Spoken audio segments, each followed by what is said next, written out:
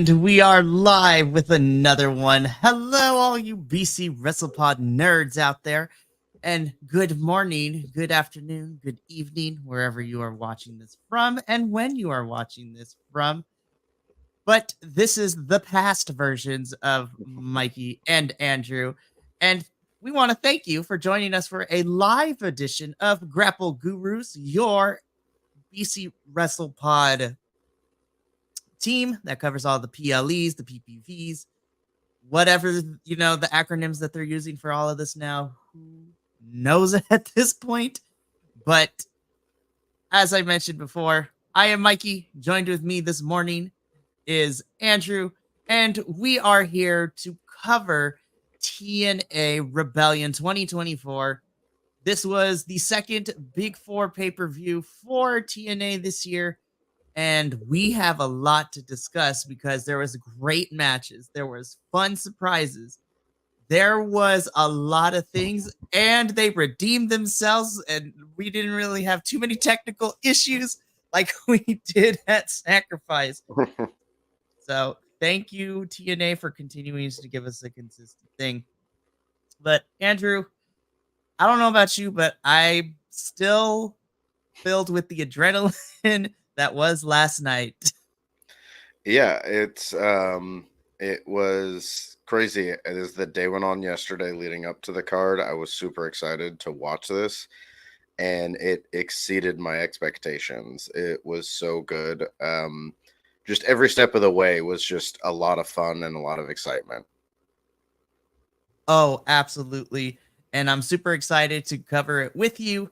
Unfortunately, we are missing our third TNA host, Will, who is down and out temporarily due to illness, but he is watching us as we are doing this. So, hi, Will. We miss you, and we look forward to when you are feeling better to come back to TNA and NXT for all that matter. But it's going to be super fantastic. But before we get started with everything, this is a new thing that started over WrestleMania weekend. So before we get started, and we jump into the review. Remember, me and Andrew are only two people. We like to review wrestling. This is a passion of ours. And then the internet wrestling community can be a very good place. However, within the last couple of weeks, things have kind of gotten out of hand. So in order to remind everyone, alrighty. So we're thrilled to invite you to dive into the world of wrestling with us at BC WrestlePod. Your opinions and insights are what make our wrestling community vibrant and diverse. Whether you're a longtime fan or new to the scene, your perspective is valuable. However, when sharing thoughts or commenting, let's remember to keep the conversation respectful and supportive. Wrestling is a passion we all share, and it's in our spirited discussions that we learn and grow together. So, let's celebrate our favorite moments, discuss the incredible matches, and maybe even debate the outcomes with kindness and respect. This has been your warning. If I find that you are mentioning or in the comments being really hateful to other hosts or other people in the chat, I will not be afraid to block you. You will get blocked. This is your one warning. We good? We good. All right. So now that we've gotten that out of the way, let's talk about why we're really here, Andrew. Boy, there's not enough words in the English dictionary to hide my excitement of reviewing this. This is going to be good. So, yeah, go for it. Oh, no, I was just agreeing. Yeah, this was, it was such a fun night. So fun. If you haven't seen it, go watch it. If you have seen it, it's probably worth watching again. In all honesty, we can, in 2024, and this is not because I'm a huge TNA fan right now and I've been watching for the last 3.5 years, but I feel that we cannot keep sleeping on TNA because so far this year they have been consistent in all their pay-per-views and their weeklies. Yes, there are some things we critique, but this is the most consistent product from the week-to-week basis that we cover here at BC WrestlePod.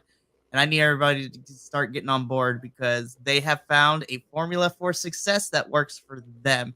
And we want to share this hidden gem with other people because there's a lot of talent, super fantastic, and they utilize everybody on their small roster too. So everyone gets some sort of TV time, which is fantastic. But let us begin. We are here to cover TNA Wrestling's Rebellion 2024 that took place on Saturday, April 20th from the Palms in Las Vegas, Nevada. Here we see our main man, the wanted man, Nick Nemeth, who is the poster boy for this poster. So let's just jump right in. We began Rebellion with the countdown show, so we had a whole hour before the main card started, and we got 3 matches, so we're going to cover these. Beginning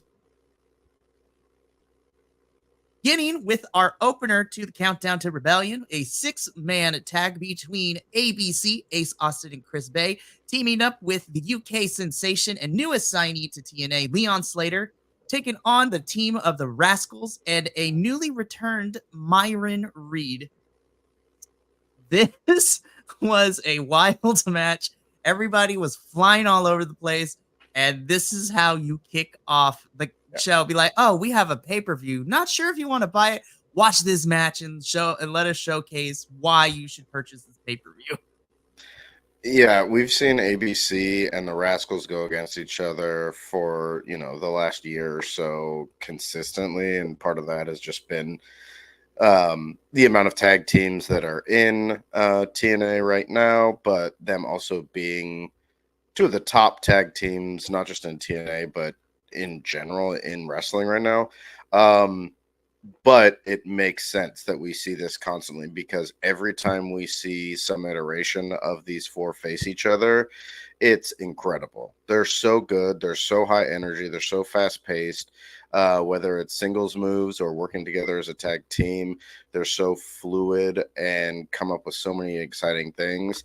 Obviously, Myron Reed has a history with the Rascals. He was a part of the faction. Now it seems like he's actually returning for good, hopefully, to the Rascals, and we'll get this, the strength of them back.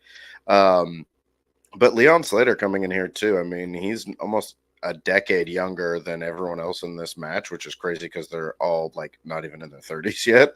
But he kept up with them. This felt like we all knew what we could get from the other 5. But it was let's show you that Leon Slater got signed for a reason. And he kept up with him. He looked great. He was in there fluently with ABC. He was able, he had a few spots where Myron Reed was like, hey, let me show you what I can do. And Leon Slater was like, okay, I can do that too. Anything you can do, I can do better, kind of a thing.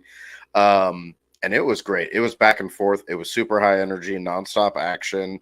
It was a great opener to really get us excited for the rest of the card.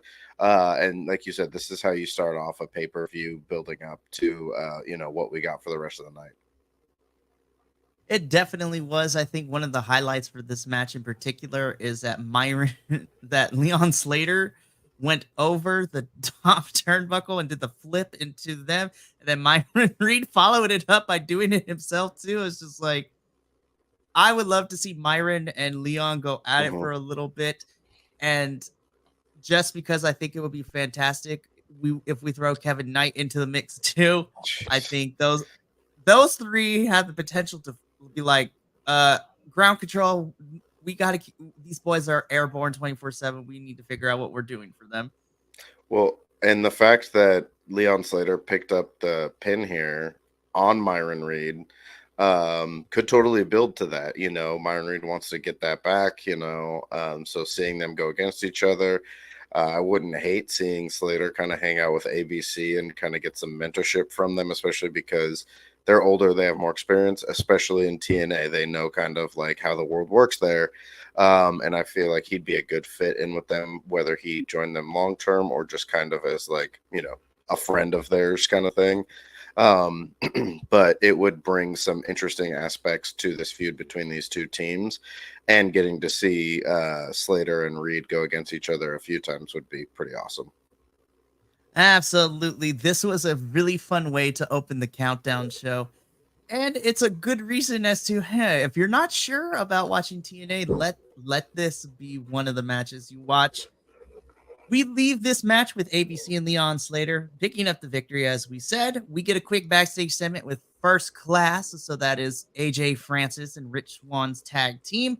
They basically hype up Rich Swan's match against Joe Hendry on the main card, and then we get a debut of the Main Boy Mafia, which is like a group of some sort.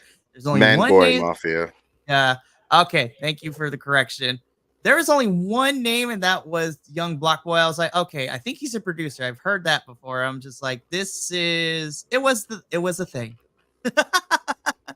I mean, I'm still trying to get used to First Class as an entity in itself, and knowing that AJ Frenches has all these connections when it comes to the music world, which is I love, because I thought it was one of the more fantastical parts when Hit Row and WWE were a thing when Swerve was still there. I think that was a fun thing.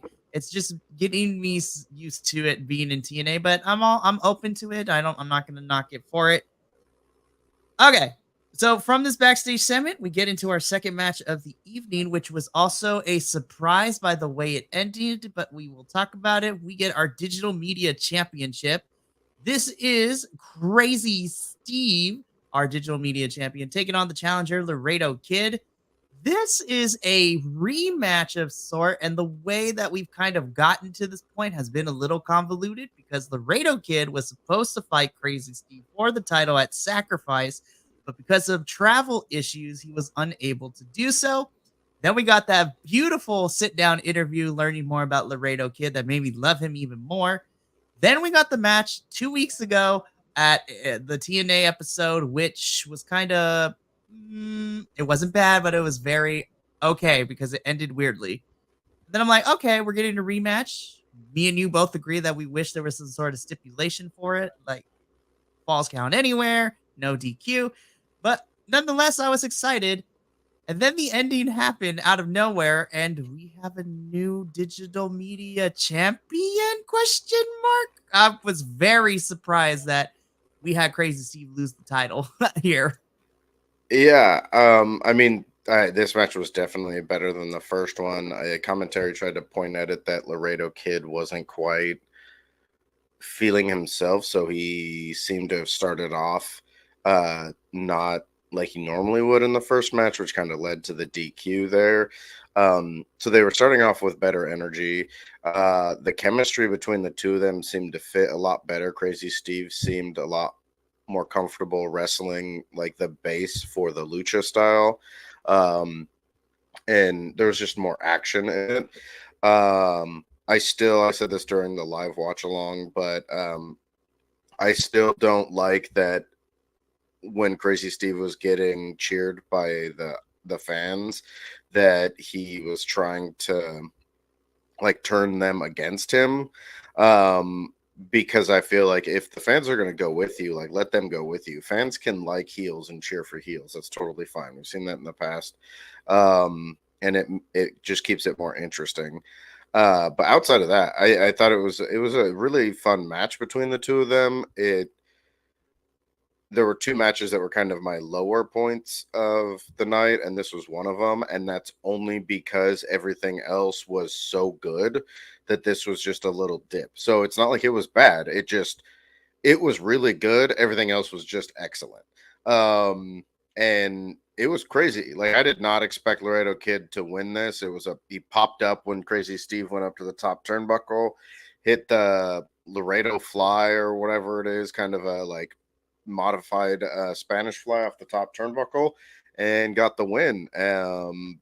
But I'm interested to see where we're going to go with this. Is he going to rematch Crazy Steve? Because Crazy Steve should get a rematch. Is there going to be more to that rematch that we're going to see? Are we going to see a turn in some way with Laredo Kid? Are we going to get to see him reign as the digital media champion? And that means we're going to maybe learn some more from him and see some more development, which I would love, because he kind of is generic lucha number 5 right now. And I would like to see more because they gave us a bit of his past. So maybe we'll get to see a change as this title goes, and we'll get to actually have a Lucha Libre champion in an American promotion that's not Rey Mysterio. So it would be really fun to see where they could go with this. So I hope they do this well, and I hope they keep it interesting. I agree. I am looking forward to seeing where we go with Laredo and Crazy Steve next.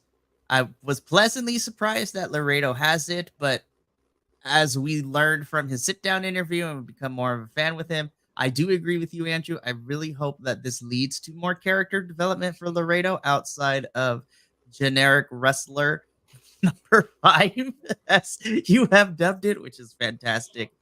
But I thought this was a really fun match. And that's going to be a consistent thing I'm saying is because there was no match on this card, both on the countdown and on the main show, that was just like anything below a B, which was nuts. And no, that's not us being biased because the in ring work was actually very solid, which you cannot say for a lot of other companies. But I digress. From this match, we quickly go backstage where we are introduced to Steph DeLander. And of course, as the world knows, Matt Cardona was supposed to be accompanying Steph and be a part of this match. Unfortunately, he got injured over the week, so he could no longer be there. So, in order to help Steph out, we had the Good Hands step in and substitute because Steph hired them. The Good Hands just need to be hired out to whoever needs help on TNA roster. And look, I'm not going to complain. I think the Good Hands are a phenomenal tag team. They're also a very funny comedic tag team as well. So when we get to the Knockouts World Championship match later in the review, we're going to talk more about them. But I was stoked to see Good Hands and Steph kind of come together in this weird amalgamation of funniness, which is great. Which then leads us into our final match on the Countdown show, and one that I was really happy with by the end of it because all 4 of these women killed it.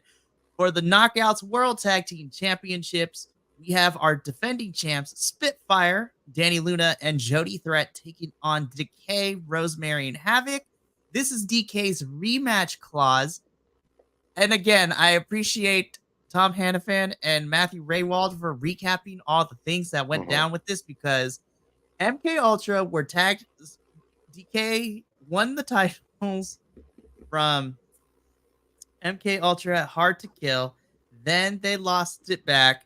Then Spitfire won the titles from MK Ultra.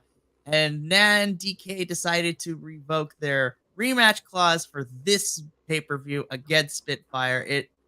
It's really difficult to follow through when you only have 3 Knockouts tag teams in the division, but now technically we still have 3, but we're going to see as the weeks go by what that relationship between Alicia Edwards and Masha Slamovich is going to be. But I digress. This match on paper, and we talked about it during the reviews leading into this, that we were hoping that they weren't going to continue to hot potato this thing. But I have to say, I was very happy with this match. I thought this was a lot of fun. I loved that it took Jody and Danny multiple attempts to try to keep Havoc down as the big hoss for Decay. Rosemary is always fantastic. The fact that she's still doing this at 40 years old and for being this character and in TNA for as long as she have is great. Also, it reminded me how great Danny Luna is, especially when we looked up the median age for all these women. She is like almost half their age. She's 10 years younger than her tag team partner and 15 years younger than Rosemary. Oh, and she's so talented. I love it. But this was a phenomenal tag team match. And again, actual tag team maneuvers were utilized in this match. We can't stress it enough how we need that in tag team wrestling. But Andrew, what were your thoughts on our Knockouts World Tag Team Championship match? I was really hoping that we weren't going to see another exchange because going into January, since January, we've had 4 different title runs. MK Ultra had 2, Decay had 1, and Spitfire had 1 or has 1. So we really need to have a sustained reign. We also need to have more tag teams in the division.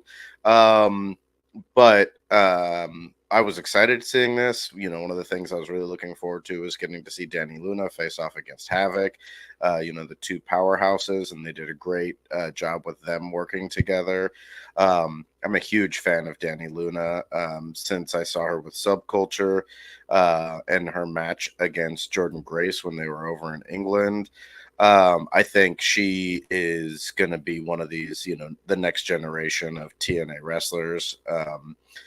phenomenal. I love her with Jody Threat. They're a great tag team, and the two of these teams going against each other was great to see, because we haven't really seen these two tag teams go against each other. We've seen MK Ultra face both of them, um, and the experience that they all bring into it. Because even though Danny Luna is only 25, I think she's been wrestling for like 8 years or something like that. So there's a lot of experience in there. They worked really well together. They built up the match really nicely.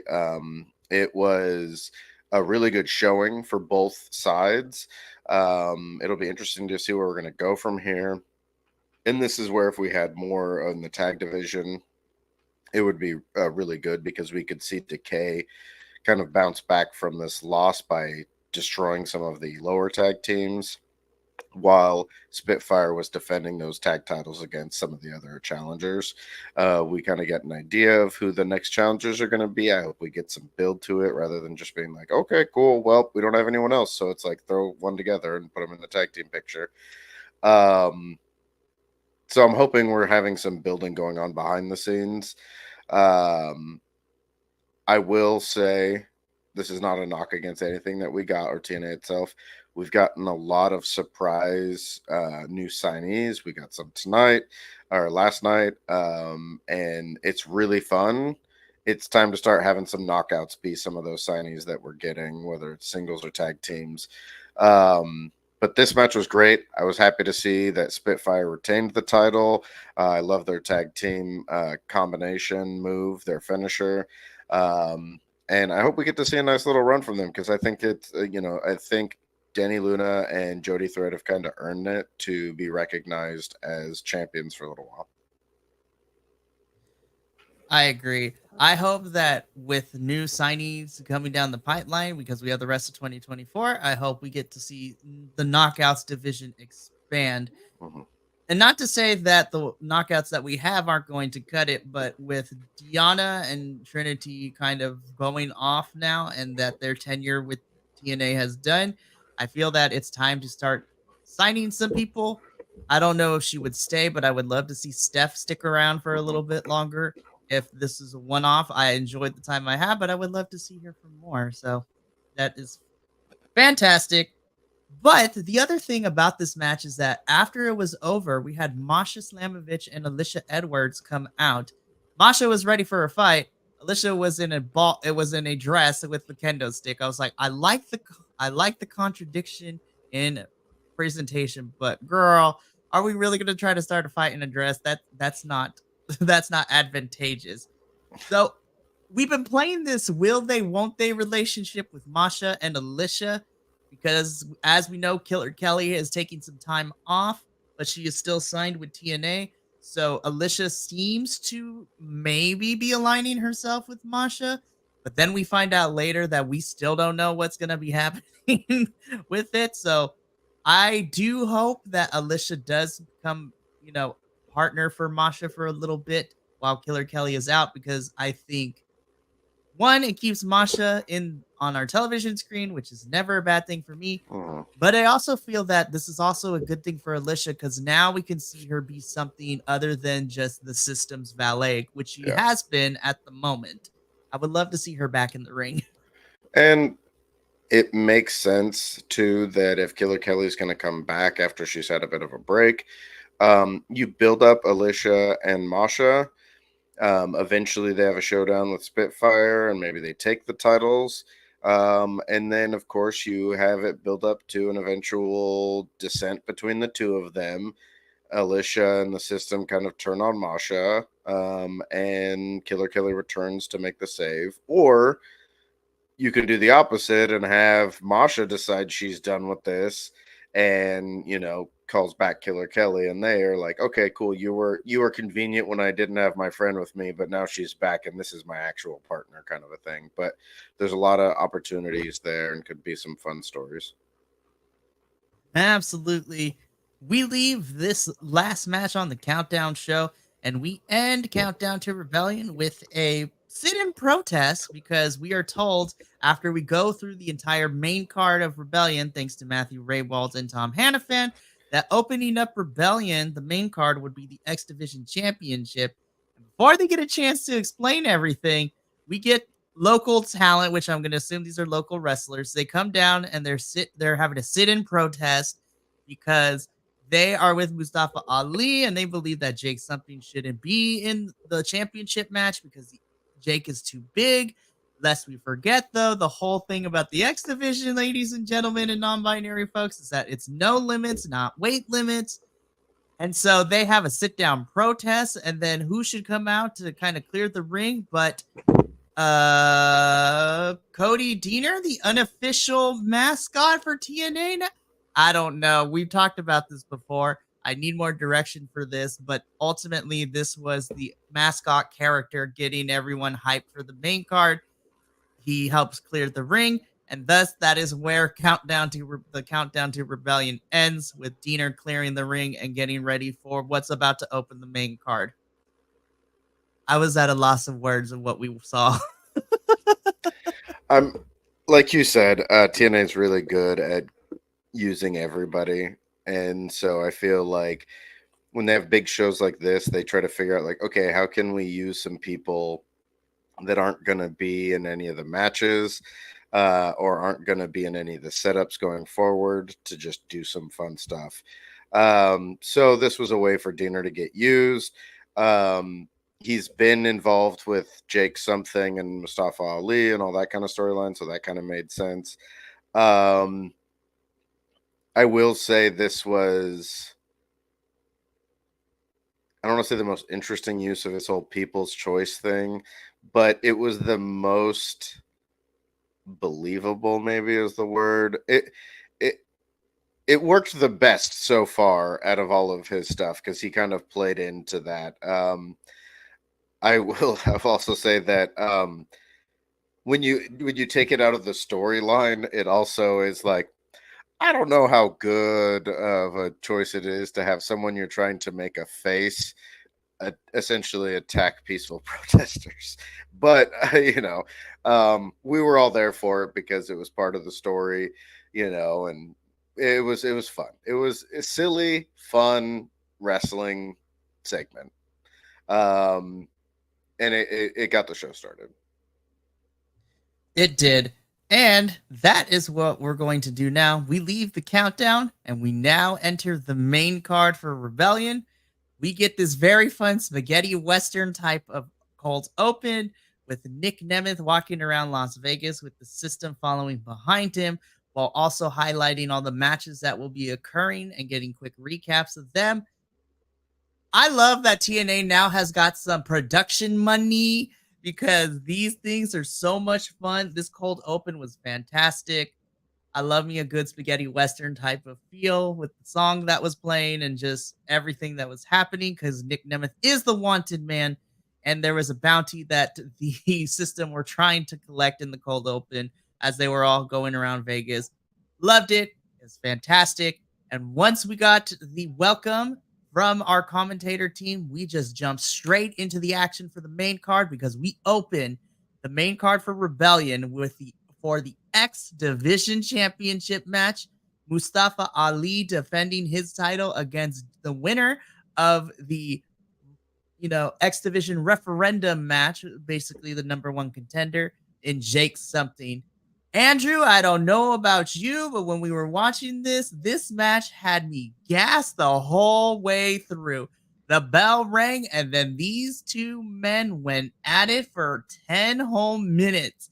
Holy crap, this was a way to open the show. Yeah, just like the AB Slater versus the Rascals match to open up the countdown, this opening up the main card was insane. It was so good. I said it during the watch along, and I said it previously when we watched Jake. He works so well with high flyers because he's so strong, but he's also so athletic. He can move really well. It was a great match. I loved seeing the two of them wrestle. They're just incredible in-ring performers, both in the performance aspect as well as the actual physical execution of what they do. It was just so fun to watch, so entertaining. And I will say I was incredibly surprised by the outcome. I'm interested to see where we're going to go from here. And it also makes me feel like this is not the end of this or this reign. No. And to kind of echo what Andrew said, leading into this match, we weren't sure how long Mustafa Ali was going to be here. When we got word towards the beginning of the year after Hard to Kill, and we got that little promo package that Ali was coming, we heard that Ali had signed on for a couple of dates, and he technically was supposed to be done by the end of March. As we see, we are now at the end of April, and because Mustafa Ali is still X Division champion, I hope that means that he's going to be staying a little bit longer. You know, I was not sure who would walk out of this. We both had picked Jake to become our new champion, and we were working under the assumption that this was coming to an end for Ali as his dates were kind of closing up with TNA. But man, they both hit their finishers and shenanigans involved and still couldn't put, but either one of them couldn't put the other away. So towards the end, I was not sure who was walking out because they both hit their finishers and both opponents kicked out of said finishers. This was wild. The security team got involved, and that still wasn't enough to keep Jake down. But like you said, with the ending sequence, Ali did pick up the victory, but because he had, help from the ropes to keep Jake down, I hope, one, like you said, this doesn't spell the end for Ali's tenure in TNA because he is currently still champion. But I also hope we get a rematch at either, the next two pay-per-views, whether that would be Under Siege or Against All Odds. I would love to see this feud continue. But Ali is still our X Division champion. And even though I am a big fan of Jake something, I have to admit it, in Ali, we trust. Yeah, this is it. And this is the area where, people that look down on TNA or just don't even think about it really. Like, this story that Ali is doing is the kind of work that he should have been allowed to do in a bigger promotion. And so it makes me really appreciate what TNA is doing and how they will let these storylines go. They respect what people are doing outside of their company. I mean, the fact that they talk about Mustafa Ali is not only undefeated in TNA, but he's undefeated like the last 8 months or something like that across all the promotions he's appeared in. They just honor those things that are happening in the world of wrestling instead of trying to be an island. And it's really that ability to focus on what they're doing and the stories that they're telling. It gives a lot more meaning and respect to the titles and the people that hold them and the people that are wrestling for them. What they're doing with Mustafa Ali in the X Division has been great. And yeah, the only reason I thought Jake would win, well, the two reasons is I really want good things for Jake as well. But also, I assumed that Mustafa Ali was moving on to other things. So if he's going to stay here in TNA, I am all for it. Keep Ali there, make him one of the top X Division champions. Hell, let him wear that title for a while and eventually go after the world title too. I'm down to see Ali decide he wants to go for that title too. Yeah, I hope that in this 2024 version of TNA, because Ali walked out as champion still, I hope that for as ever long as Ali wants to stay in TNA, I would love for him to become a big player, not just in the X division, but just in the men's division in general. Because I want to see him fight so many people that we have on the roster, especially some new signees and some returning folks that we'll talk about later in the evening. But this was a stellar way to open up Rebellion. This was a fantastic match. And I am honestly, if this were a video game, it'd be like, hey, so what would the starter pack in order for me to be caught up on, this 30,000 entry in the series? I'm like, honestly, I would put this in the modern starter pack for me. This is an example of you want to see how crazy wrestling can get in under 10 minutes with people who shouldn't be able to do the things they are going to. I would show them this match. honestly. I feel like I would be cheating though, because I probably show a lot of TNA matches within the last 2 years or so. I'll be like, yeah, I'm just putting it out there. All right.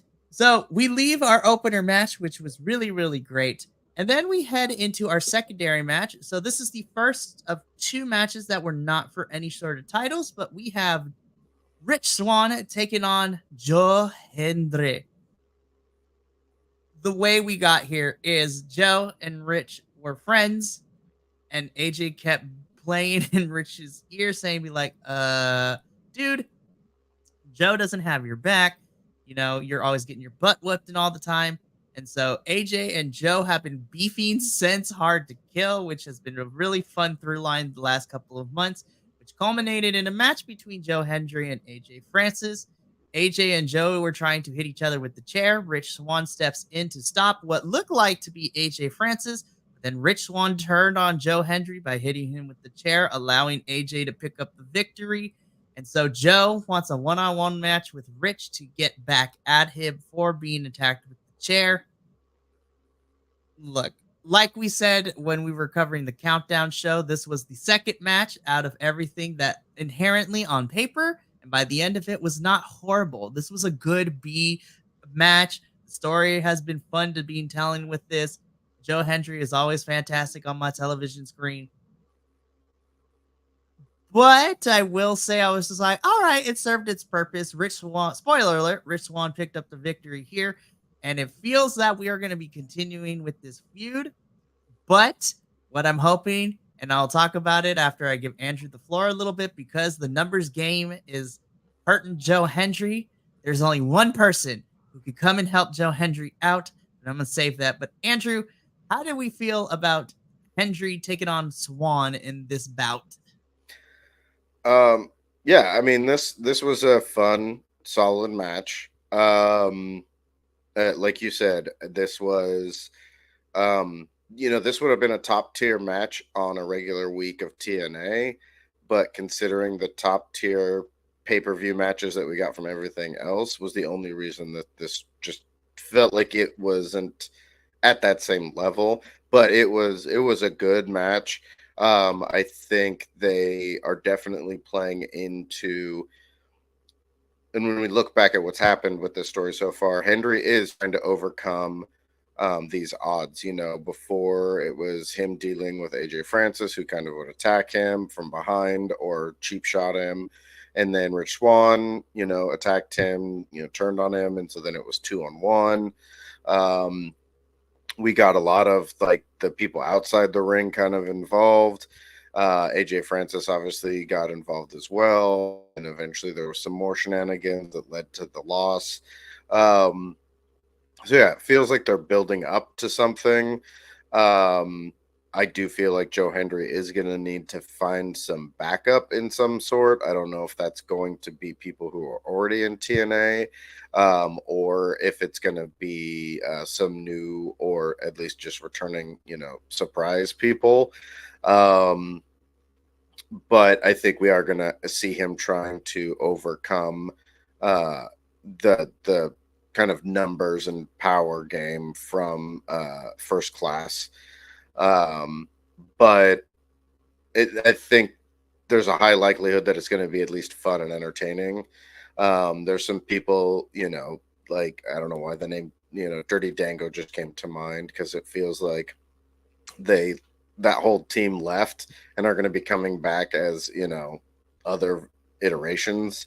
So maybe people like that we haven't seen for a little while might come back and join up with Joe Hendry.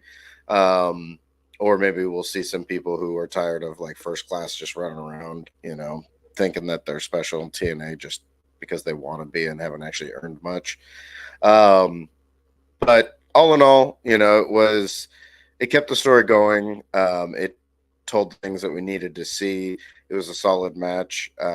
Bummed that Joe Hendry lost, but I think that just means we're going to get to see more of the story. It is. And first and foremost, this was the best use of AI that I've seen with Joe Hendry's entrance, doing AI to have Rich Swann and AJ Francis do the whole entire music video, which was super fantastic and clever. But more importantly, too, this is where I get in full blown conspiracy theories. You mentioned Dirty Dango, which I would really love because technically there is history there. Because remember, when they were trying to figure out who attacked Santino, it was Dango and it was Joe Hendry on the case doing the whole investigative murder board shtick, which was fantastic. The other one is I want my reunion of Joy Hendry, and Yuya Uemura. Make it happen, TNA, please. I want to see my boys back together, even if it's for one night only. But I am excited. This is one of the sillier stories that we are telling in TNA right now, but I'm enjoying it because sometimes we need to balance the intensity of a lot of the feuds that we get with some levity in comedy. And this is more on the comedic side, but I'm super happy with this and more Joe Hendry and Rich Swann. I am here for. All right, Andrew, strap yourself in because we have things to talk about this one. Yikes. When I say this match from beginning to end was nuts, and then the ending had me worried because of how it. Ooh. Okay, before we get into this. So, third match on the main card, a Full Metal Mayhem match. So, for those of you who do not know, this is basically no DQ with ladders, tables, weaponry, anything you can find.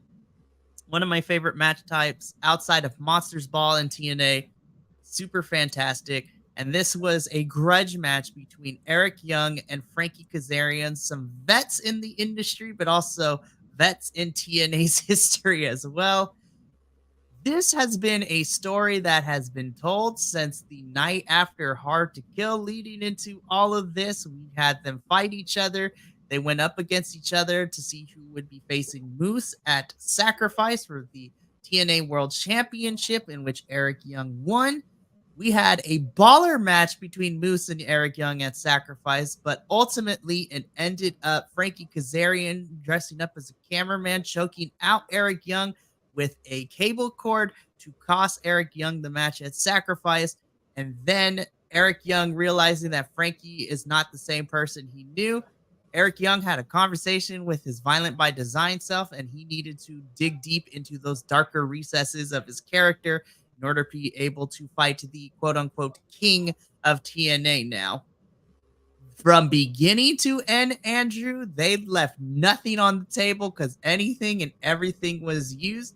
And we'll talk about the ending in a little bit of why we were very concerned. But before that ending spot, Andrew, how did we feel about this Full Metal Mayhem grudge match?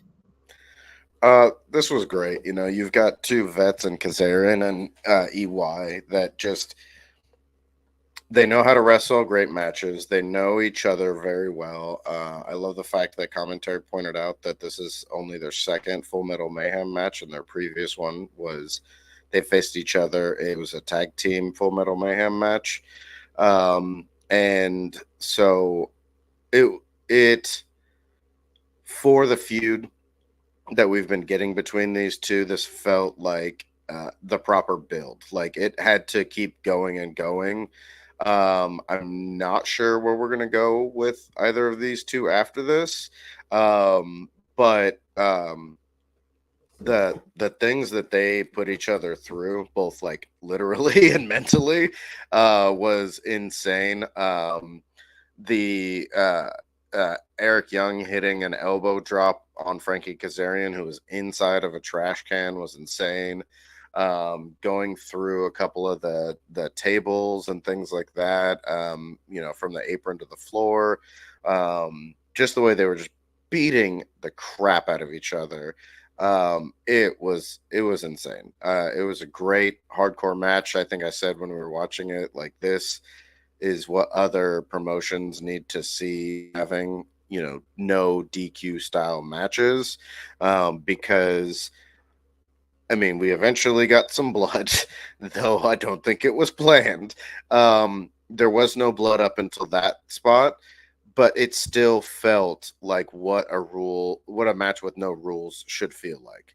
And this was a phenomenal match. It was great.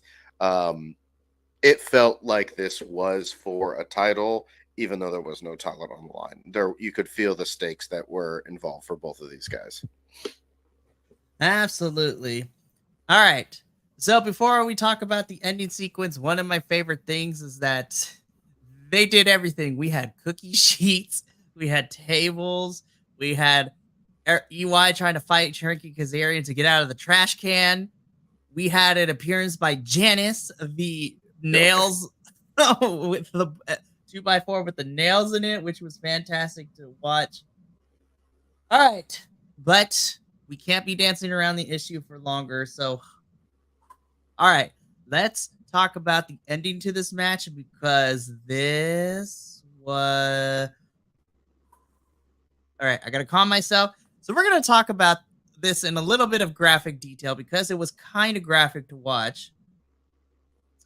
And if you are not a fan of blood or extra gory details, then this is the part where you're going to tune out. And then you can skip ahead a couple of seconds to get to our next match. But let's talk about it. So EY and Kazarian are battling up on the top rope. There is a table that is set up in the ring. Eric Young was going for a pile driver, what it seemed to be like. But then the low blow from Frankie Kazarian happens, in which Kazarian hits the flux capacitor off the top, but they only catch the edge of the table. And Eric Young gets busted wide open because they only hit the edge. Frankie ends up getting the pin here, but that was a really scary ending, Andrew. Yeah. Like the actual medical doctor had to come out immediately after this match was over to check on Eric Young because he was busted wide open. Yeah, it was scary to begin with because when Frankie set up the table, he set it up lengthwise from the corner instead of widthwise, which they usually do. So when you come off, you hit the middle. When they went and they eventually went off the top turnbuckle and hit the table, they caught that corner. And it's actually, even though it was brutal and obviously rough, especially on Eric Young, I think if the table had been missed or it wasn't there at all, would have been even worse because I think we would have had EY land on his head on the mat, and that could have been, a neck injury or something right there. I hope from Eric Young, it's just, superficial, just a laceration or something on his head. I hope there's no concussion or any neck injuries or anything like that. And same with Frankie. Frankie could have got hurt too in there. He could have hurt his shoulder, torn something. There's a lot of chances. So I hope both of these guys are okay. And as funny as it might sound, I hope it's just some staples or stitches or something that has to come out of this. But it was brutal. And I mean, the fact that these guys are both in their 40s, they've been wrestling for so long and they went for something like that is insane. I'm interested to see where we're going to go from this. Eric Young has kind of unlocked this, insane sanity design side of himself. So I think we could see him come back and really that side be prominent now. And who knows what we're going to get from that. I think Frankie picking up the victory here can have him try to move on from this and really say, see, I did it. I won. I am the king, and try to move forward with that. But I want to see more of what we got from these two in this ring from storytelling, because that's the most interested I've been in this new heel, Frankie Kazarian. So like I said, I hope everyone's okay. I hope we get to see more of them. But yeah, it was kind of scary. It was I was shocked. And to see the condition of that table and those jagged pieces after they went through it was pretty frightening. But yeah, like I said, I hope everyone's all right from it. I hope so too. And I'm going to find it interesting if we continue with this feud. They just had a Full Metal Mayhem match. So where do we go next with this? It's going to be nuts.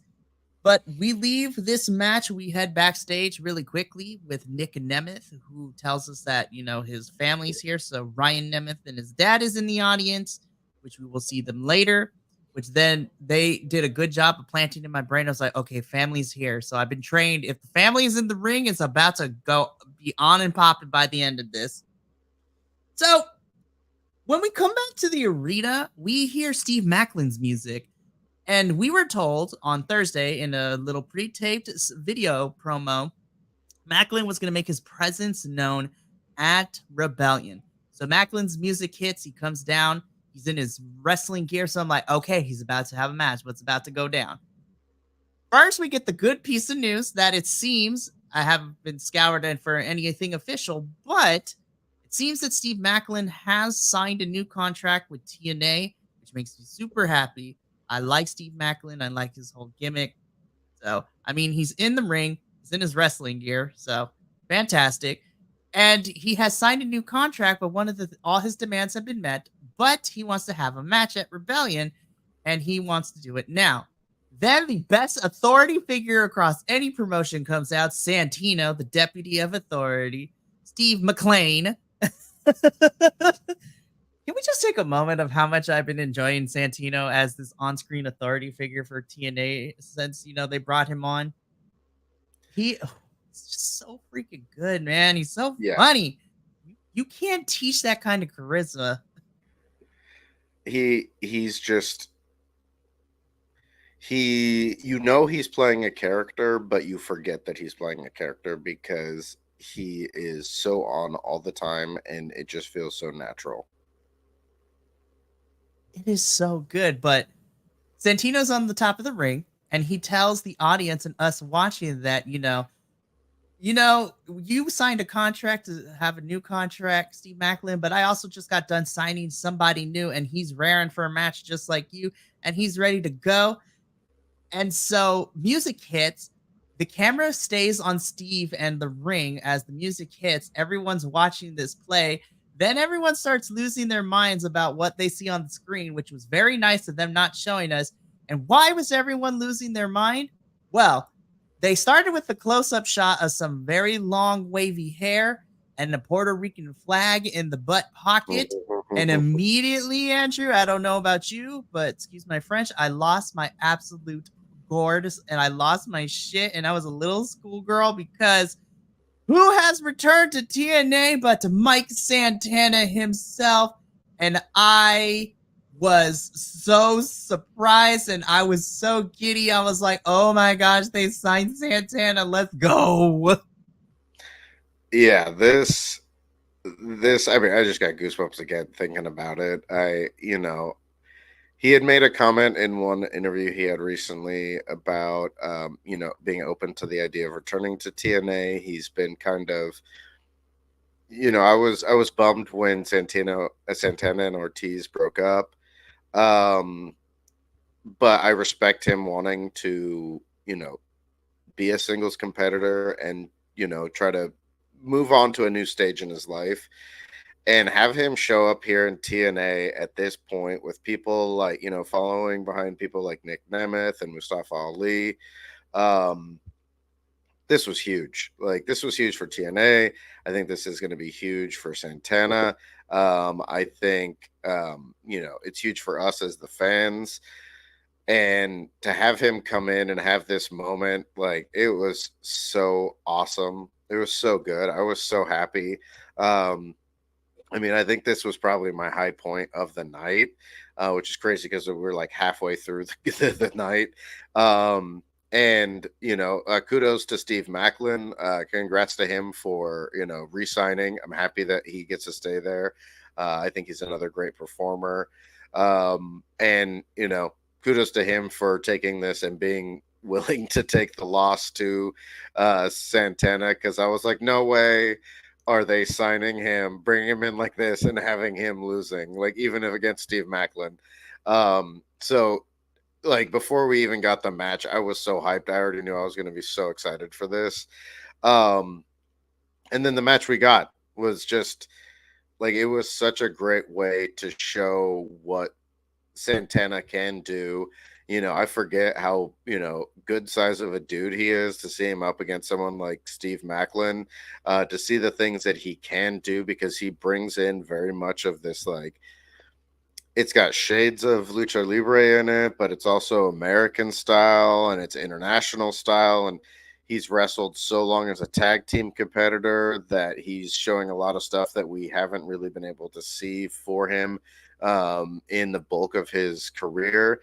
Um, and this is what I love about TNA is they have the focus to be able to do stuff like this and make it feel special. They don't have 3 or 4 shows a week. They don't have hundreds of people on their roster. We get to see really special things from the people that are there consistently, and we get to really enjoy the how special it is to get moments like this of new performers coming in either long term or just for special moments.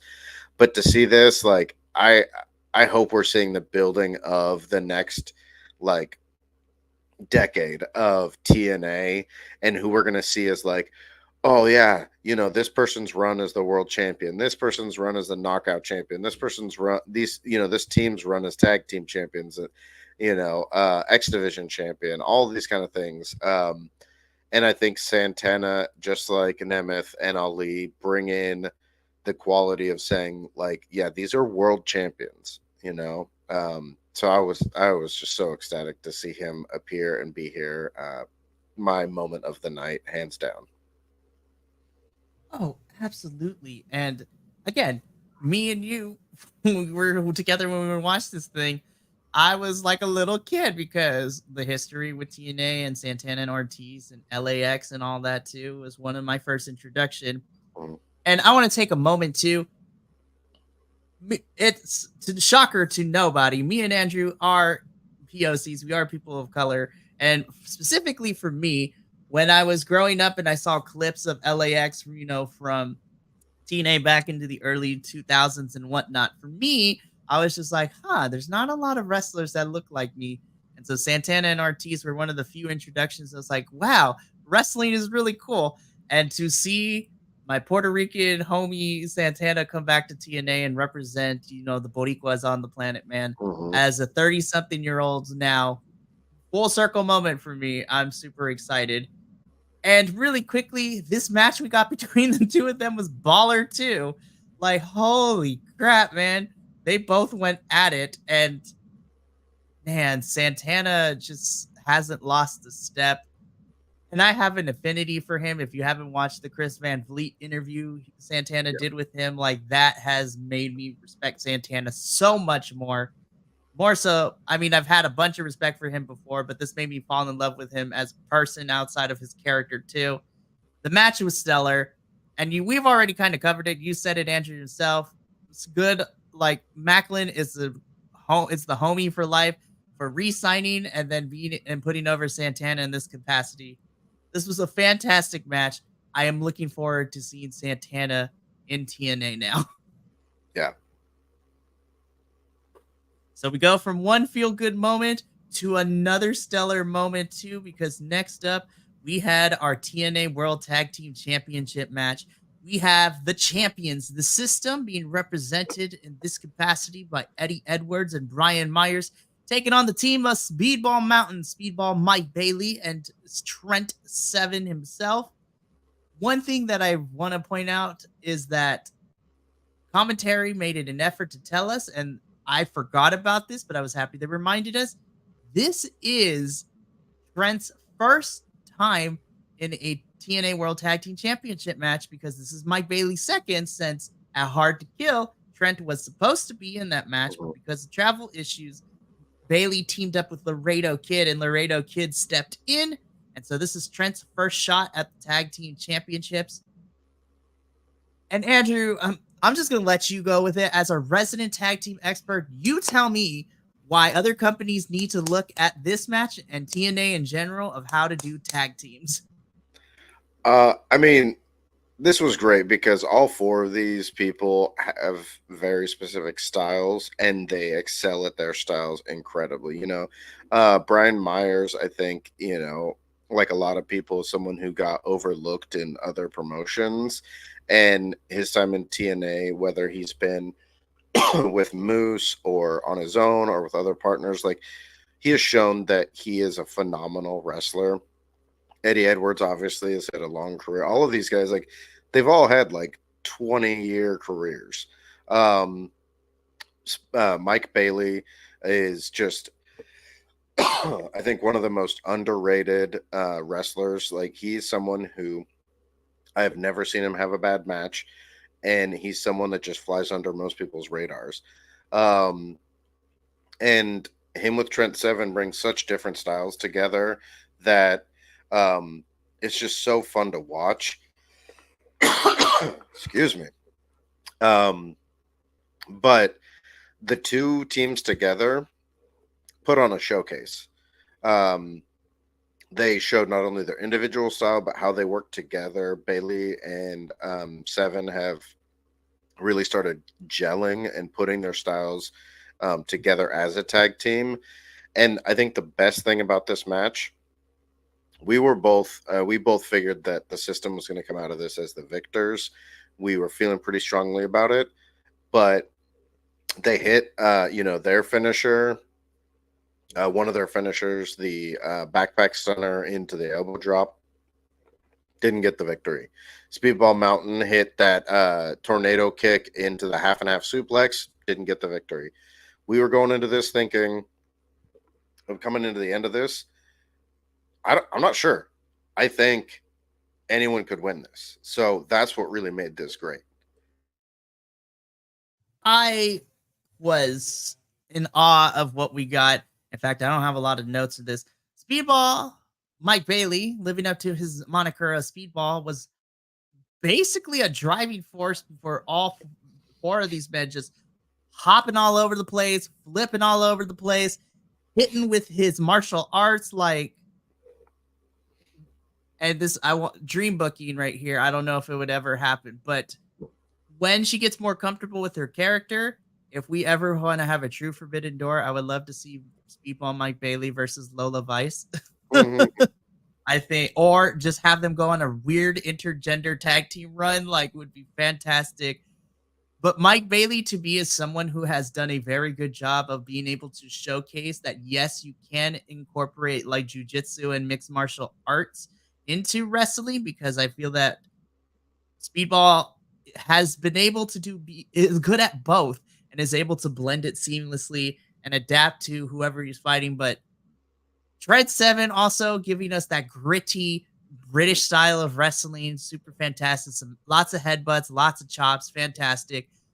But man, the vets that are Eddie Edwards and Brian Myers have been in this game for a very long time, and they have not lost a step. And this was just a phenomenal tag team match. And even though I would have liked to see Speedball Mountain win, the system did retain, but holy crap, man, this lived up to what I wanted this match to be. Absolutely. It was great. And I think the story they told for the system to win this, and this plays into later on in the night too, but with the way the system won, even though they are heels and they do kind of take advantage, having Alicia Edwards at ringside, the way that they won solidifies that, yeah, they might be dirty sometimes, but they're still really good. And yeah, Mike Bailey, we talk about what are matches that you would show someone who's never watched wrestling to show them what wrestling can be. Still, one of my top in that list would be Mike Bailey versus Will Ospreay. And I think Will Ospreay is probably the greatest wrestler of his generation, and one of the best going right now. And I put Bailey up there, being able to hang with someone like him. So I'm excited to see where we go from here. But kudos to both these teams. They knocked it out of the park. This was if you want to see how tag team wrestling should go, this is what you should watch. 100% agreed. And, between this and, the moment that we got with Macklin and Santana, the feeling kept going on an upward incline, because then we get into our Haas match of the evening, or at least one of the two, because our big Haas matches ended up going back to back with this one. The first one being in our men's division. This is Josh Alexander versus Hammerstone 3. This is the third in the trilogy of matches we've gotten with them. And this was a last man standing match. Josh picked up the first victory at Hard to Kill. Hammerstone got his lick back at Sacrifice after being signed. And after some back and forth and some mind games between the two of them, the only way this was truly going to end was in a last man standing match. And when I tell you, these two boys prove to me that you do not, outside of the tax that we got, they had a last man standing match that was phenomenal, fantastic, and outside of the tax, it did not require any other weapons except for their skill set. Because, woo, man, these boys went to kill each other. It was hard hitting, it was brutal, and they didn't even use any weapons. I was like, oh my goodness. They just used their wrestling prowess and their skill sets to murder each other for our entertainment, Andrew. Yeah. This match blew my mind of how crazy it got just from them hitting each other. Well, and it was, even though, it's a last man standing, so it's inevitably going to have some slowed down parts because you got to wait for that 10 count. They made it so brutal and so rough. I mean, this was the football equivalent of professional wrestling because it was just constant high impact moves from two powerhouses. I think they used Hammerstone really well to, really give Josh that adversity to overcome and show how tough and tenacious he is. I think it was the best of their three matches because of how brutal it was, because they just went at each other. I mean, this was watching two guys just hit each other until one of them couldn't get back up.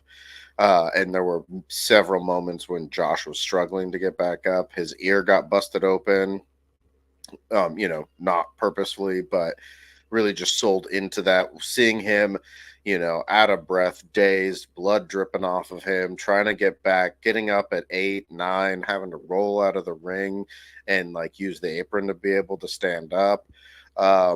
Was incredible. Like you said, I love the fact that the only thing we saw get used, other than ring posts and barricades, were the tacks, which still technically didn't really play into the finish. And the tacks aside, the fact that we saw Hammerstone hit a nightmare pendulum from the top turnbuckle onto the tacks was holy crap. I was like, yeah, I was speechless. I was praying. I was signing the cross, the whole continue. Oh my gosh, that was a nutty spot. I mean, the fact that they even set it up but then hit it was incredible. The fact that Josh got up from that and continued the match was awesome. I think I am content if this is the end of this feud between the two of them, because I'd like to see where Hammerstone goes from here, because I think this just shows that he can step up to anybody, and he's a great heel. Josh, continues to just be the unstoppable force in TNA, the never die, never say die attitude. So this was, even though this did slow down the night as far as the speed at which we worked through things, it did not slow down the intensity. It was a phenomenal match from both these guys.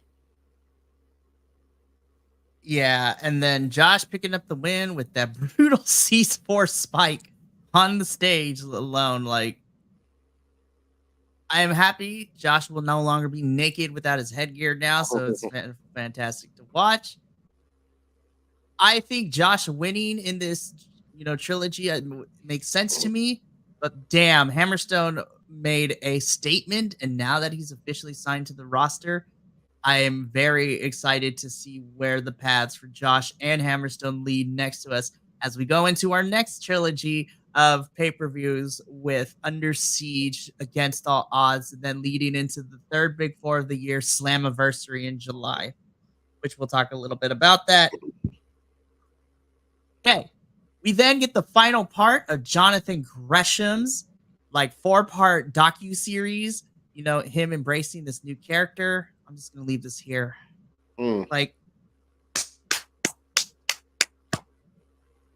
When you allow wrestlers to have creative control over their characters, we get cinema like this. Holy crap. I am super excited, Andrew, for this new iteration of the octopus character for Jonathan Gresham that he had in Ring of Honor. Like, woo, I cannot wait. Yeah, they've done a really great job of these promos of really adding some kind of mythology to Jonathan Gresham and giving us some intrigue into who is this new version we're going to get coming in. We haven't seen him since his match with Mike Bailey, which was still an Impact. These promos have been phenomenal. The way that they've set it up and told some of the story, and then the way that they set this one up for the end was just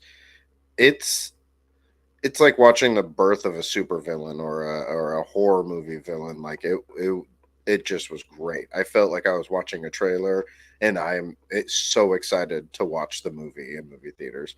I cannot wait for him to come back. I can't wait to see where he's going to go from here, who he's going to go after, because we know Jonathan Gresham can go in the ring. We know he brings a very unique style of very technical wrestling with a strong power set. But now you add to it this kind of like horror, kind of dark genre to it. It's going to be awesome. And I just cannot wait for him to show up. I'm ready. Like, next episode of TNA, let's see him there. I'm ready for it. Let's see it. Let's see something. Like, I want to start seeing things pop up during people's matches. I want to see him show up. I want to see more promos. Let's get it. Yep, and now this is perfect because we ended the, while Hard to Kill was the start of this new era of TNA, No Surrender and Sacrifice and leading into Rebellion is like the 3-month season that has been this chapter of TNA. And now we're entering the next chapter for the summer, which is going to be, like I said, Under Siege, Against All Odds, Slammiversary. I'm here for it. I'm super excited. And, my excitement continued because normally I don't like overbooked messes. But I was hooping and hollering the whole entire time for this match. So in our semi-main event for Rebellion for the Knockouts World Championship, we have Jordynne Grace defending her title against the winner of the 8-4-1 match a couple weeks ago on TNA in Steph DeLander, the queen of the death match. Though Maki Ito might fight her for that title. But anyways, I digressed. First and foremost, when we talk about Haas matches, we got the men's. This was the women Haas match of the evening. And when I tell you, Andrew, because you pointed this out and visually it was there, Steph towers over Jordynne. I was like, holy crap, man. These girls went at it and they were knocking each other senseless this match. This blew my mind. Yeah, I mean, the size difference, I think there's like a 7-inch height difference. So we're talking like Stone Cold and the Big Show kind of size difference. It was crazy to see someone who was not just taller, but of at least close build to Jordynne Grace. So she didn't just have the height, but she also has the power behind that height. So I think one of the best things we got out of this was we've seen Jordynne be dominant in other matches. She beat Trinity, and she was able to counter Trinity's speed and technique with her power and technique. We've seen her go against 2 other competitors, in Zaya and Tasha, and just really be that juggernaut, that powerhouse. What we saw in this was how does Jordynne overcome someone who's bigger and strong, at least as strong as she is. And it was great. These are the kind of matches that really make a title run important or monumental because the champion has to overcome odds. And even before we got into the other shenanigans, we saw her struggle to constantly try and get past the power and size of Steph. This was awesome to see. I loved it. Both of these two are phenomenal performers. I Steph showed in this match what we already knew about Jordan, and that's that these two could not only be world champions here, but really wherever they want to go, wherever they want to sign, they can be world champions in any of the other companies. I know Steph is a big independent name, but if she wanted to sign to TNA, she wanted to sign to AEW, WWE, New Japan, any of those places, like any of them, she could easily be their world champion. Uh, Go up against any of their top women and have phenomenal matches. I'd love to see Steph versus Rhea. Steph versus Tony Storm, Steph versus Athena. Just you name them, and I'd be there to watch it. And just as much Steph versus Jordan again. I'm down to watch that again because this match was phenomenal. This was such a smart choice. We were looking at like going into Rebellion, who's Jordan going to wrestle because, there just didn't seem to be a top contender. And the way that they built to this match was, such good storytelling, such good planning. And they did a great job, like you said, with all the shenanigans. There was a lot, but it did not take away from it. And even though we got some big pops from some surprises, and I think may have been a little different had Matt Cardona still been there, it didn't take away from what Jordan and Steph did. Absolutely not, I think. And it also, like, this was one of the few instances where shenanigans enhanced the storytelling in the match itself. So let's dissect that a little bit. This match is going, Steph and Jordan are killing it in the ring. And then we get the ref bump, which kind of kicked this all off for this whole entire finishing sequence. The ref gets kicked, gets knocked out.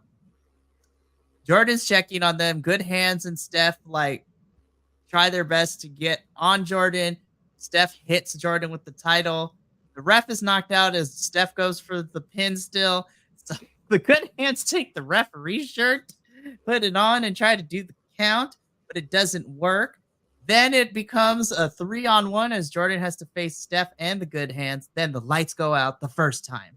Then the lights come back on, and who's in Jordan's corner but PCO of all people, which is kind of crazy to watch.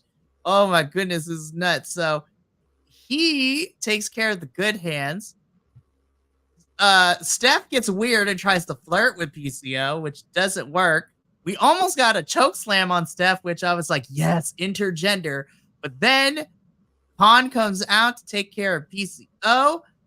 And then the thing that made me excited, not that I'm saying that normally under circumstances this would be bad, but TNA is the only company that does this, at least for television-wise. Jordan gets in Khan's face, and Khan pushes her to the ground, sends her flying across the ring. I was like, oh no, what's about to go down?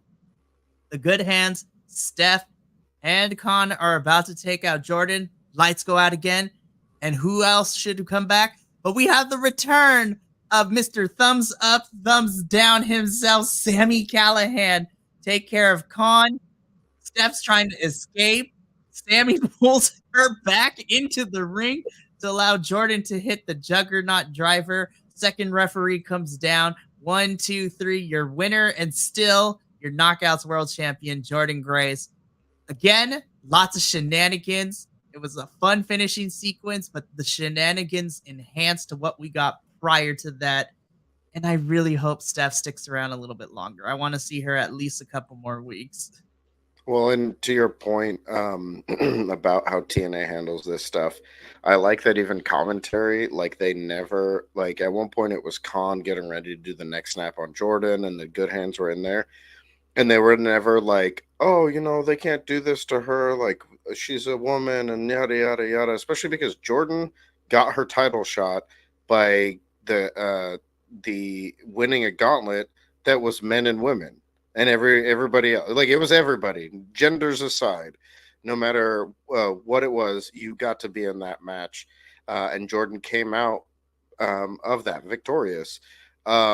They made the point of saying this isn't fair because it's 3-on-1. So it wasn't that it was like, oh, this is a guy attacking a woman. It was, these are three professional wrestlers attacking a single professional wrestler. The numbers aren't fair. And we got to see that all kind of play out, and people got to be physical with each other. We saw Jordan, get to use some of her power in that case. And it was a great return for Sami Callihan too. It was fun. I think I have a feeling that he was going to come back no matter what, especially with the fact that it was going to be Matt Cardona involved. So it was fun to just see that pop. Fun to see them, really at the end of it, raise Jordan's hands, really say, like, no, this is your moment. Like, you won this. This is for you. Like, we were just here to help, kind of a thing. So yeah, it was a fun match. And I would love if we get to see Steph around in TNA for a little while. Absolutely. I would love to see Steph stick around a little bit, but if this is the end of her tenure for this temporary time at TNA, man, this has been a really fun build. The contract signing was fantastic. And just, I want good things for Steph. She's killing it since getting released from NXT during that whole entire massive cut, which was nuts to see. I love you, Steph. We cut to commentary team, and they're talking about how we only got one match left for the evening, but they tell us to look forward to lots more this summer for TNA. We have Under Siege coming up in 3 weeks on May, and then they will be returning to Chicago in June for Against All Odds. But then we get the one announcement that I was looking forward to the most in this evening of this pay-per-view. The next Big Four pay-per-view is Slammiversary, and we get a date and we get a location. Slammiversary 2024 will be taking place Saturday, July 20th, with tapings happening the following day, Sunday, July 21st, coming from the Verdun Auditorium in Montreal, Quebec, Canada. So we're returning to Canada for the Big Four. I was like, that's going to be fantastic. So, before we get to our main event, we're going to take a quick break for a hot second. And when we come back, we will head into the final stretch where we review our main event. So stick around, grab a snack, and we will be right back. So don't go nowhere.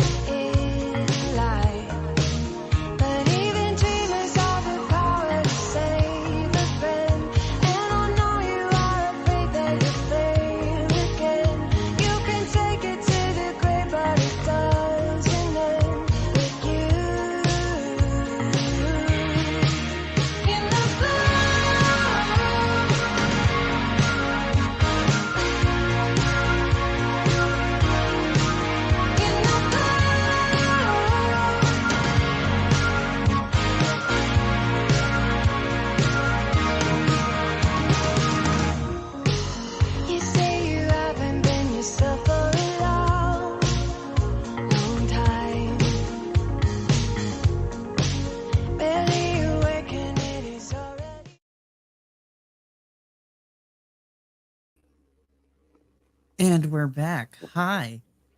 So, this is the first time ever that we got to use the BRB screen, so I'm super happy for that. Thank you, Andrew, for allowing me to do that. But let's finish strong because after we get the announcement of Slammiversary, we then get into our main event. The TNA World Championship is on the line, and we have Moose defending his title against the wanted man himself, Nick Nemeth. Man, like, ooh. There is not enough words to express how happy I was. I love Nick. I kind of wanted him to win. But the fact that Moose was able to win this match clean without any shenanigans is not only a testament to the character that we have, built Moose up to be in terms of his wrestling character, but I believe it's a smart move on TNA's part. They're like, oh, the only reason Moose won because the system got involved in shenanigans. No, Moose beat Nick clean because Moose got the better of him in that particular night. This was a phenomenal main event. This was great. I can't even express my thoughts right now because of how much I was smiling from beginning to end of this match. And just from beginning to end, we told a story in the ring. But yeah, Andrew, thoughts? This was a world title match. This is what it should feel like. This is what it should look like. Both of these guys felt like they were world title quality. Moose is a huge dude, super powerful, super athletic. Nick Nemeth showed that he could keep up with someone like that, and Moose showed that he could keep up with someone with the experience that Nick Nemeth has, and the speed and the athleticism that Nick Nemeth brings into it. It was an incredible match. I love that the system got booted out super early on in this because it also meant we got to focus on these two as wrestlers.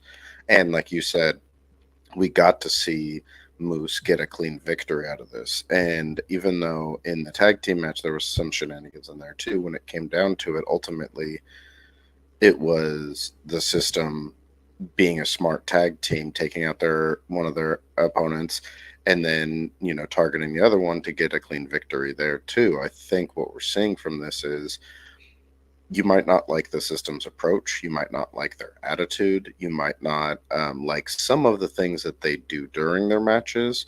But for the most part, when it comes down to it, they can beat their opponents cleanly, especially in the big matches.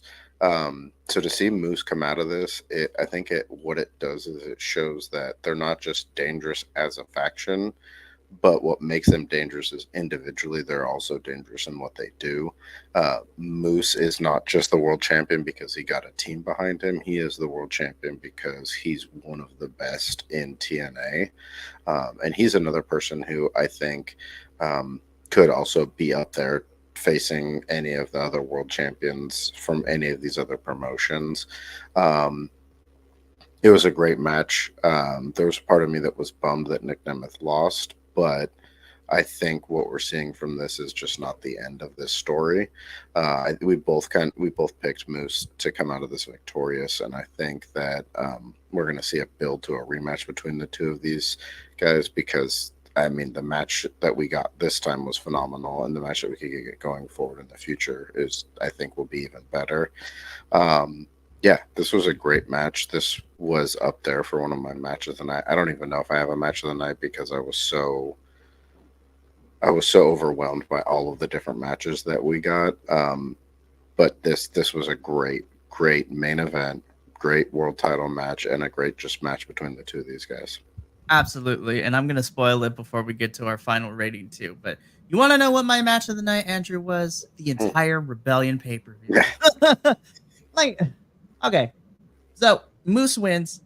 We'll talk about the ending because that also popped me a little bit hard. I'm super excited to see what direction this goes to. But I want to get on my soapbox a little bit really quickly before we get into that ending because of the fact that, and we talked about this when we got done watching Rebellion, and we said it at the very beginning, TNA is like a really interesting case of how to find success for the things that work.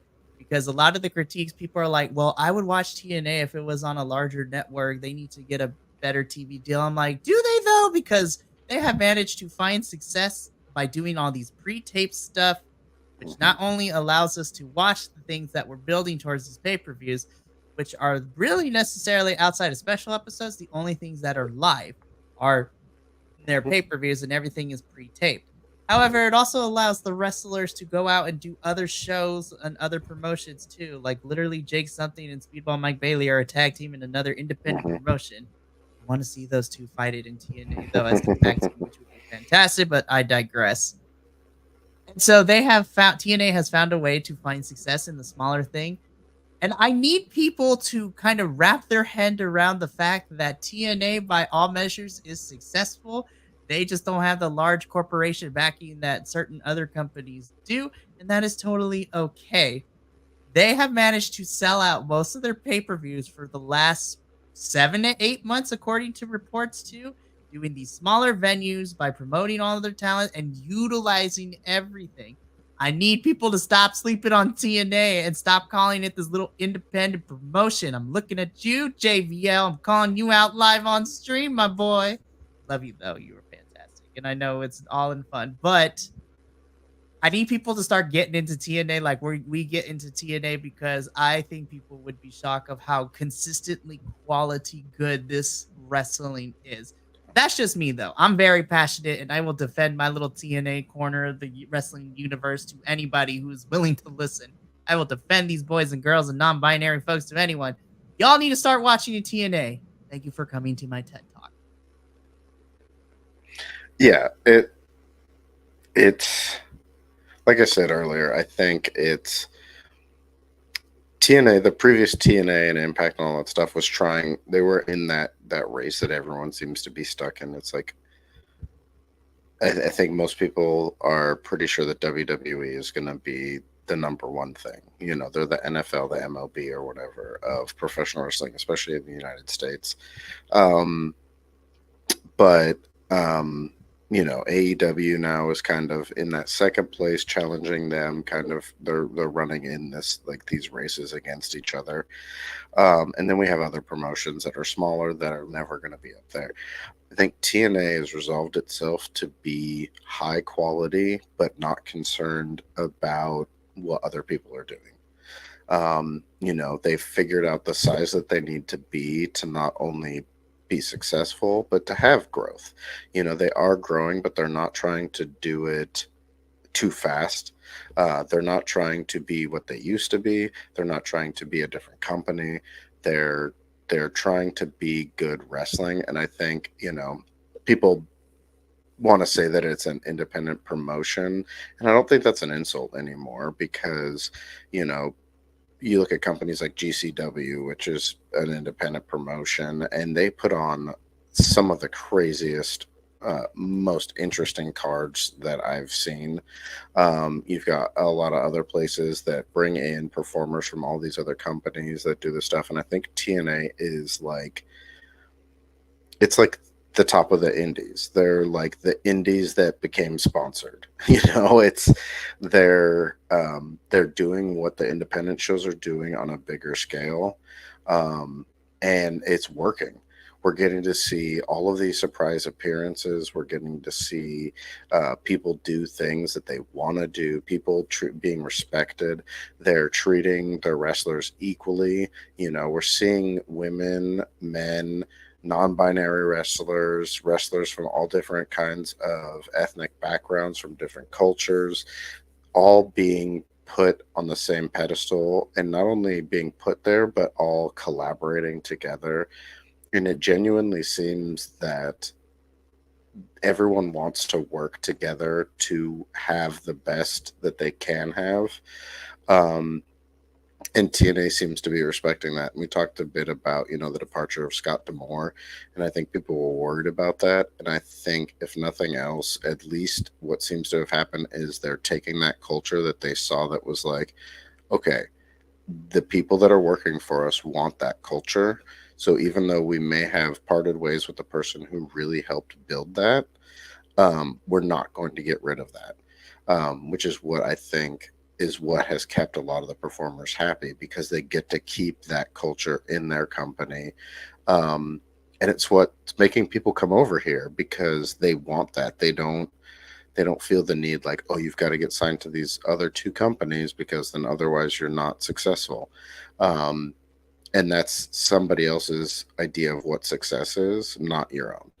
And being here in TNA, not only do they get to come here and be themselves, tell the stories they want to tell, but they also get to help uplift the TNA divisions and titles and the company itself, which has a long history, a great history. They get to help build that up to show like our world title is just as important as these other world titles. Our tag teams are just as important. Our knockouts are just as important as the other women's divisions. All of these things that we're doing are just as important and should have just as much respect. But on top of that, they show that these things should have the same respect across the board. Um, and I think that's one of the greatest things that we get from TNA is we get to see that being built and we get to see it being respected. And they seem to have found that niche that it just allows them to flourish. And honestly, it keeps a lot of the BS that we get from these other companies trying to one up each other, make remarks at each other, do these kind of things. And in their storytelling, get so lost in, we're telling this story. Okay, well, now we're going to tell this one. I know we're telling this one. And these people are over here. And oh, well, that'll make more sense if you watch this other show. But, and then like these people are doing this thing and then suddenly they're not. We don't get that in TNA. No, and it makes me appreciate that of all 9 hosts who are involved in BC WrestlePod, that me, you, and Will get the privilege and the luxury to be able to review consistently good wrestling, because it keeps me from being jaded sometimes, but it also reminds me to appreciate all the hard work that everyone, from both the talent, backstage folks, to the camera people in TNA, to make TNA be this bigger than life kind of promotion. And it just makes me super happy to do so. All right. So I'm gonna get off my soapbox for a little bit. So because we got one more thing to talk about.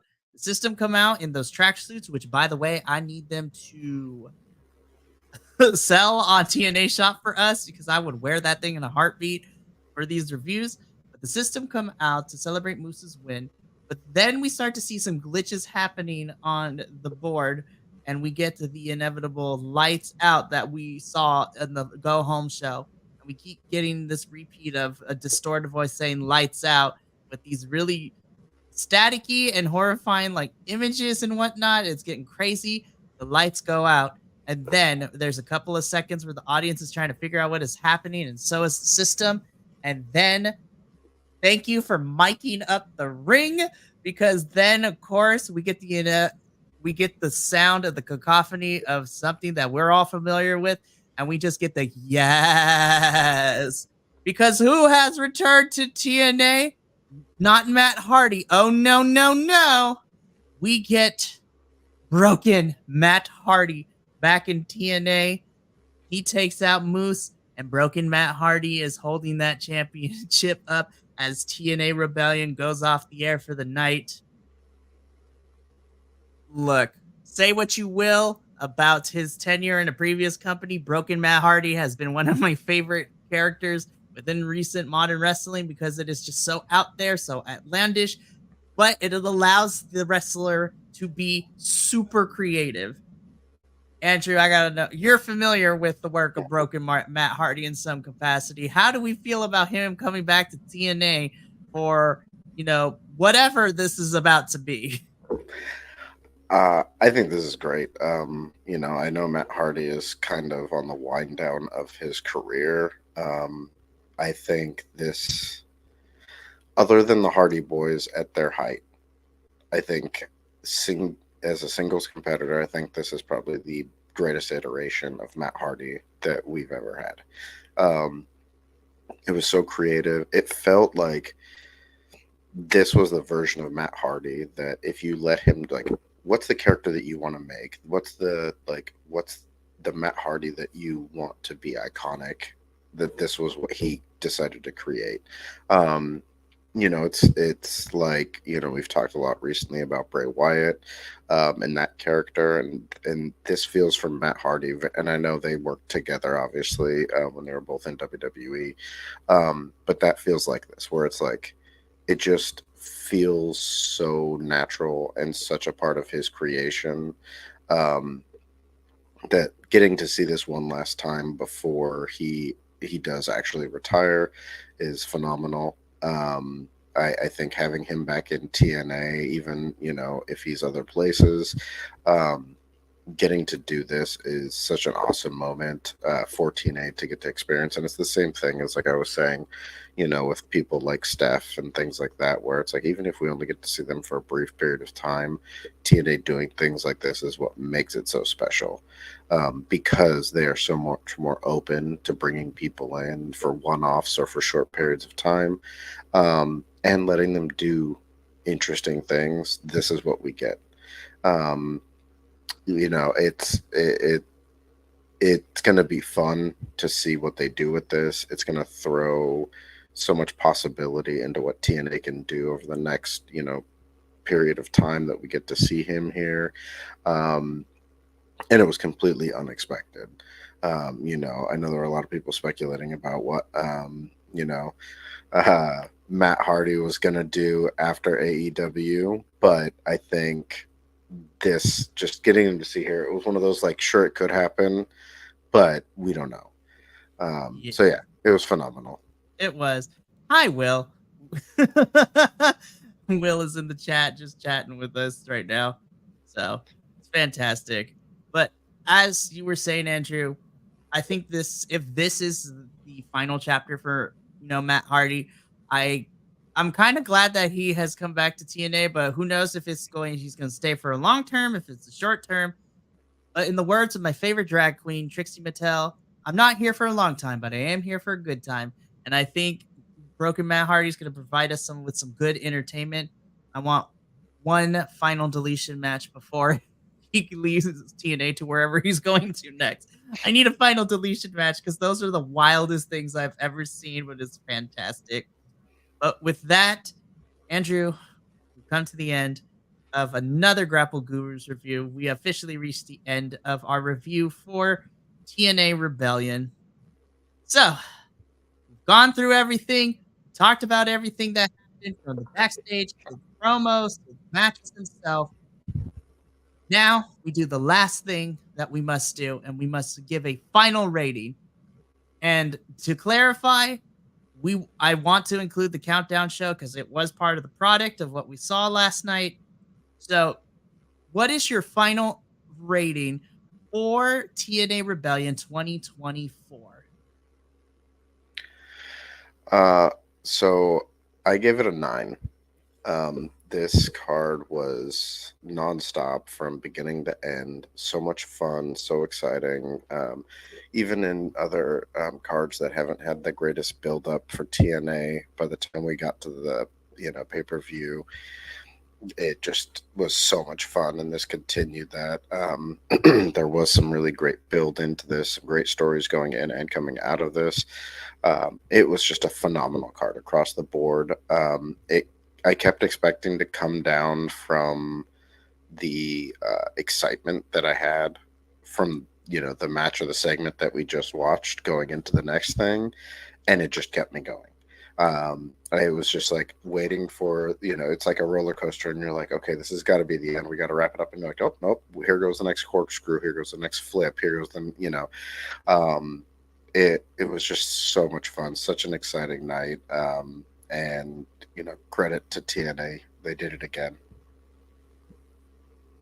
Yeah, I didn't know how they were going to be able to continue what they did because Hard to Kill was a strong opening for TNA in this new era for them.